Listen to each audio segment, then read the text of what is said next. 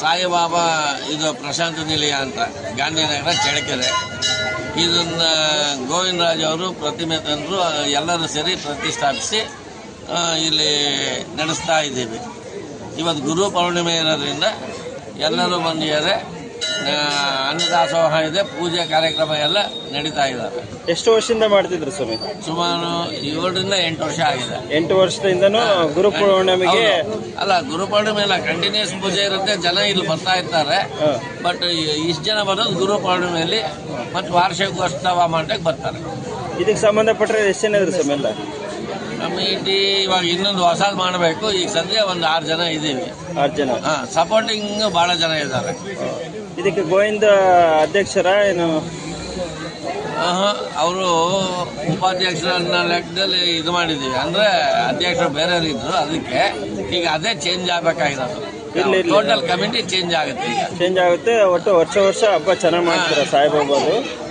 ಇದು ಗುರು ಪೌರ್ಣಿಮೆ ಹಬ್ಬ ಮಾಡ್ದಂಗೆ ಮಾಡ್ತೀವಿ. ನಿಮ್ಮ ಹೆಸರು ಸ್ವಾಮಿ? ಅಂಪೇಶ ಅಂತ.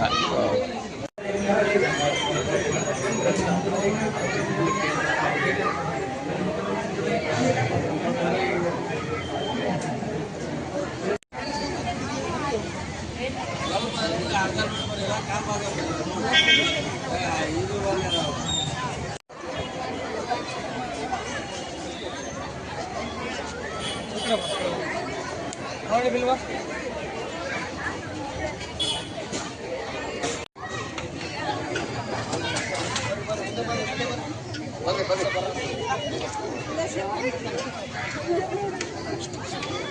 ಮುಂದೆ ಬನ್ನಿ.